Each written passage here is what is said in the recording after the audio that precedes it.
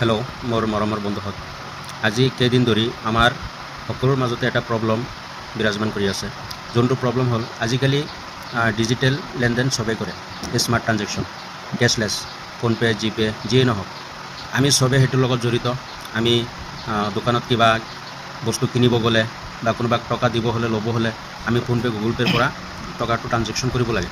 আৰু আজিকালি দুষ্ট চক্ৰ এটাই কি কৰিছে, কিবা এটা লিংক য'তে লিখা থাকে ভোটাৰ আই ডি বা পি এম কিষাণটো বেছিভাগ আহে। পি এম কিষাণটো ৰেজিষ্টাৰ্ড কৰক বুলি মোবাইলত আপোনাৰ হোৱাটছআপত লিংক আহে, আৰু লিংকটোত ক্লিক কৰিলে লগে লগে কিন্তু আপোনাৰ হোৱাটছআপটো হেক হৈ যায়। হেক হোৱাৰ পিছত তেতিয়া সেই দুষ্ট চক্ৰে আপোনাৰ একাউণ্টৰ পৰা যিমান টকা থাকে চবখিনি টকা লুটি লয়। আমি চবে সেইটোৰ পৰা সাৱধান হ'ব লাগে।